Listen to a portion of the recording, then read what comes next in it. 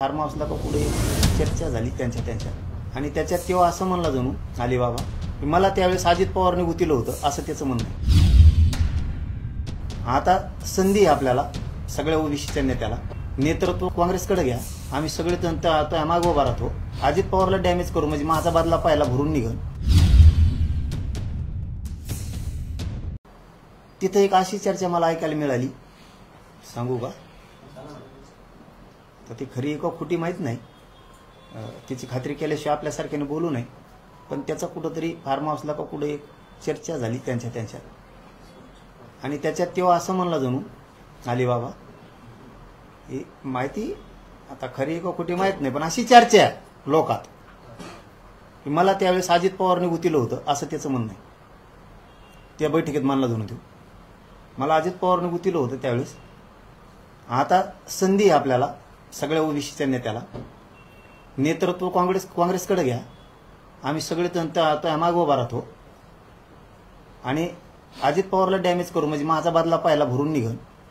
आणि फडणवीसची सुद्धा तुंबडी बंद होईल. तुंबडी या शब्दाचा अर्थ मला नाही कळाला, त्याची सुद्धा बंद होईल. पण आपला घाव ओबीसीचा कळून देऊ नका अशा स्वरूपाचा आपण चाला.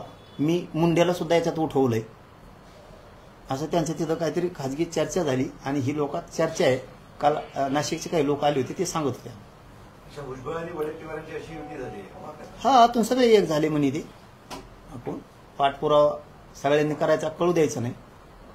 म्हणजे माझाही पूर्वीचा बदला नाराजीचा निघल. एक तीर में दोन निशाण. आणि फडणवीस हा आपल्या ओबीसीसाठी जड आहे. मग जर आपण आतून एक झालो तर आपली ओबीसीची सत्ता येऊ शकते. पण हे बाहेर कळू देऊ नका. मग आता ही खरी का खोटी चर्चा माहीत नाही, पण जर तपासाला लागले तर ती खरी निघू शकते. कारण तितक्या आतल्या गाठीचा तो हाई अलीबाबा. कारण ज्या शरद पवार साहेबांनी त्याला मोठं केलं तो पक्ष मोडला त्यांनी. ज्या शरद पवार साहेबांनी त्याच्या म्हणण्यावरती मराठ्यांचं आरक्षण त्यांना दिलं, त्यांचा सुद्धा आमचं तर जाऊ द्या, आम्ही आमचं तर मिळूच. पण ज्या माणसानं दिलं शरद पवार साहेबांनी त्यांचा तर उपकार त्यांनी ठेवायला पाहिजे होता, त्यांचा नाही ठेवला.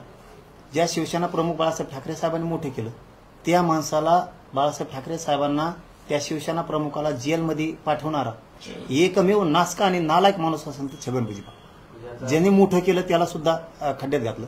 आज अजित पवारांनी त्यांना मोठं केलं. आज अजित पवारांविषयी सुद्धा प्रचंड मोठं षडयंत्र तयार करायला लागलाय. नसता परळीचं घराणं शक्यतो त्यांच्या विरोधात बोलत नव्हतं. परळीचं घराणं अजित पवारांच्या विरोधात बोलत नव्हतं कारण परळीचं अर्ध घराणं संपलं होतं. पवारांमुळं अर्ध मुंडेंचं घराणं परळीचं घराणं मोठं झालं.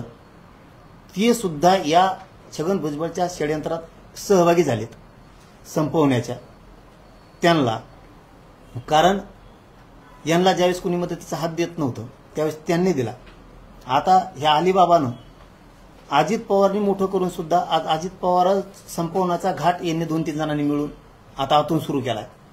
आणि बदला पण असा घ्यायचा की पूर्वी परळीचं पण आतून म्हणणं आहे हे छगन भुजबळनी सांगितलं तुम्ही त्यांना की आमची सुद्धा तुमच्यासारखीच दशा देवेंद्र फडणवीस साहेबांनी सुद्धा केली होती व एक दिवस देवेंद्र फडणवीस. आता हे लय खरं आहे बरं का, पण आता ही लोकात चर्चा आहे मला माहित.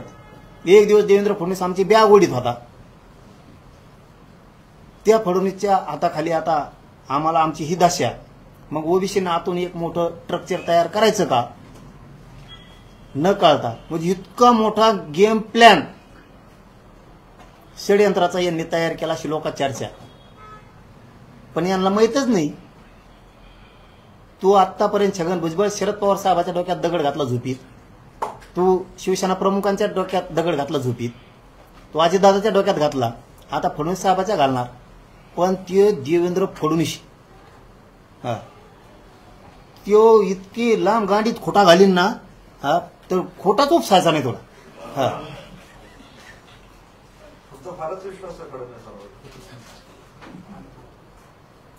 आणखीन थोडं दिवसांनी सांगा ना अनुभव काय.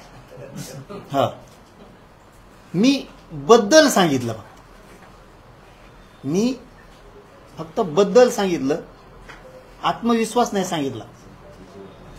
कारण मी कुठे ठोकणाऱ्याचे उपटेणार आहे. पण जो माणसावर माया केली किंवा ज्या माणसावरती आपण राजकीय अस्तित्व संपलेलं निर्माण त्याला पुन्हा करून दिलं, म्हणजेच भुजबळचं फडणवीसांनी अस्तित्व उभा करून दिलं आणि ज्याने आपलं अस्तित्वच उभा केलं, अस्तित्व उभा करणाऱ्याला जर संपवण्याचा घाट घातला तर मागचे थोडे अनुभव आहेत फडणवीस त्याचं काय करतो. म्हणून सांगितलं की फडणवीस इतकी लांबी घाली की हे सगळेजण 150 जण एकत्र जरी आली तरी ती उपसायची नाही. पण याच्यातून ही मीडियाची बाईट समजू नये, याच्यातून आमच्या शिंदे साहेबांनी सावध व्हावं, याच्यातून अजितदादांनी सावध व्हावं आणि विशेष करून फडणवीस साहेबांनी खरंच सावध व्हावं की नुसती मीडियाची बाईट समजू नये. हे आत्मघातकी आहेत, हे डाव रचू शकतेत. भुजबळांना भीती वाटतेय का की आता हे नेते आम्हाला संपवतील, त्यामुळे भुजबळ शांत जाईल असं वाटतंय का तुम्हाला? शांत नाही देऊ. तेव कसा आहे, जत्रातला इस्तूय देऊ, जत्रातला इस्तूय देऊ, हळूच पळू देऊ आणि सगळ्या जातीला पळतो. याच्या अगोदरची एक तुम्ही 6 महिने मागे जाऊन बघा, परळीच्या घराण्याविषयी त्याचं काय मत होतं, किती वाईट होतं. आज त्याचं धनगरांच्या नेत्याविषयी किती वाईट मत आहे बघा तुम्ही. आज त्याचं बंजारा समाजाविषयी किती वाईट मत आहे बघा तुम्ही. धनगरांना एसटीतून आरक्षण देण्याबद्दल एक शब्द काढत नाही तो, हे सत्य आहे. कारण ते ना कळून देत नाही पळालेलं आणि इस्तू मात्र तेवढ टाकतो. म्हणून आमच्या शिंदे साहेबांना, अजितदादांना आणि विशेष करून फडणवीस साहेबांनी थोडं सावध होणं गरजेचं आहे. याला बाईट समजू नये. हा माणूस थांबवणं खूप गरजेचं आहे. नसता हा माणूस जातीवादाच्या दंगली 100% लावू शकतो. मोर्चे निघतायत, मग मोर्चाला उत्तर मोर्चानेच देणार की शांत राहून ती भूमिका घेणार? कोण आम्ही? हा ओबीसी समाजाचे बरेचसे मोर्चे निघतायत, काँग्रेसही इकडे आक्रमक झालंय, तर मोर्चाला मोर्चाने उत्तर देणार? नाही नाही नाही, आम्ही काही नाही देणार आता उत्तर. हे तर चला दे, हिंडून दे त्यांना, काढून दे तशी मोर्चे, काढून द्या ना. सरकार माझ्या बघतंय, काढून दे. काय होत मोर्चे काढून येते एक दिवस आढळते बोंबालते जाते घरी. कारण ते काँग्रेसचा मोर्चा आहे, ओबीसीच मोर्चा आहे. काय ओबीसीच मोर्चा नाही, तो काँग्रेसचा मोर्चा आहे. कारण ते काँग्रेस संपलंय. तुम्ही राहुल गांधींना लाल्या म्हणाले म्हणून बऱ्याच जणांच्या भावना दुखावल्या. कोणाच्या दुखावल्या भाऊ? त्यांच्या पदाधिकाऱ्यांच्या. कोण पदाधिकारी त्याचा? त्यांचं मत असं आहे की तुमच्यावर कारवाई करण्यात यावी. काय करतो कारवाई? मग काय करतो कारवाई? काय काढी तू कमाई? काय कारवाई करतो? लाल्या म्हणजे काय? इकडे येऊन हे बोलतो जमतं का? कुणी उभा केलं? काँग्रेस, मराठ्यांनी उभा केलं का? कोण आहे ते कारवाईवाला? कोणासाठी बोलावं? अरे ज्याला कशाचं काय पिकाचं काय येतं हेच माहित नाही. एकदा ते जालन्याला का वाल ते तुम्ही 46 वर्षापूर्वी काहीतरी, आणि जालन्यात रॅली सुरू होती आणि त्या रॅलीत तिथं गुळाच्या ढेपी होत्या आणि त्या गुळाच्या ढेपी बघितल्यावर ते म्हणले तिथं खाली उतरून हे कोणाच्या झाडाला येतं, कोणच्या झाडाला येतं. गुळाच्या ढेपी झाडाला येत असतात काय? आणि त्यांची बाजू घेता का तुम्ही? काय चुकीचं बोललो आम्ही? काँग्रेस मराठ्यांनी उभा केलं, मरणाचे खासदार निवडून दिले आणि आज ते काँग्रेस आमच्या विरोधात बोलायला लागलं जे रद्द करा म्हणून आणि म्हणा कारवाई करणार. काय कारवाई करतो रे? कारवाई केल्यावर तर धुराळाच तुमचा, मग तर सरपंच होत नसतो तुमचा. आणि मराठ्यांनी मग असले पक्ष वाढू बी नका गड्या. आता हा बा गड्या, मराठा हो, स्वाभिमानी बना, कडवट कट्टर बना, शेतात काम करायचं, कचाकच कष्टाने पैसा कमायचा. कोणाच्या दारात झोकायला जायची गरज नाही, कोणाला काम मागायला जायची गरज नाही, काय वाकायचं नाही कोणा पुढे निवडून यायसाठी, काही गरज नाही. असले जर पक्ष असतील नाही काँग्रेस सारखे आणि हे जर आपल्यावर बोलून कारवाई यांनी, ते कोण कारवाई करायचं म्हणतो ना, त्यांनी त्याच्यावर कारवाई करायला पाहिजे. कोणावर? त्या वडंटीवार साहेब, की तू ज्या रद्द कर म्हणू शकत नाही. कारण कोणाला रद्द कर म्हणण्याचा गरीब जातीचा अधिकार नाहीये. तिकडे जाय ना जरा, तिकडे ताकद दाखव ना. त्याला मनानं बोलू नको. तुला काय करायचं? आमची मागणी झाली सुरू आता. हो, 16% आरक्षण 1994चा जे रद्द करा. कस काय रद्द होत नाहीत बघतो आम्ही बी. पाटील एकीकडे जोरदार पाऊस पडला, शेतकऱ्यांचं प्रचंड नुकसान झालंय, तर अशामध्येच आनंदाचा शिधा कुठे दिवाळीच्या तोंडावर एक दिलासा होता, पण यावेळेस सरकारकडून तो मिळेल असं अपेक्षा वाटत नाहीये. शेतकऱ्यांची दिवाळी पुन्हा एकदा काळी दिवाळी होऊ शकते. तुम्हाला काय वाटतं? अशा योजना असतात त्या सुरू ठेवायला पाहिजे, बंद करायला पाहिजे?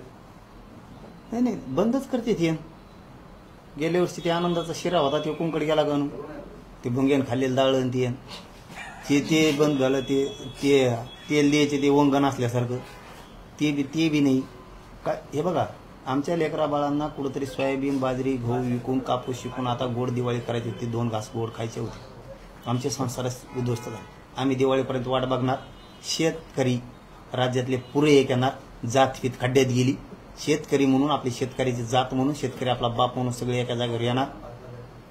अशी वेळ येऊ शकते, नेत्यालाच महाराष्ट्रात राहता येणार नाही. शेतकऱ्याच्या पदरात न्याय टाकणार म्हणजे टाकणार. चॅलेंज सांगतो, न्याय टाकणार शेतकऱ्याच्या पदरात. धन्यवाद.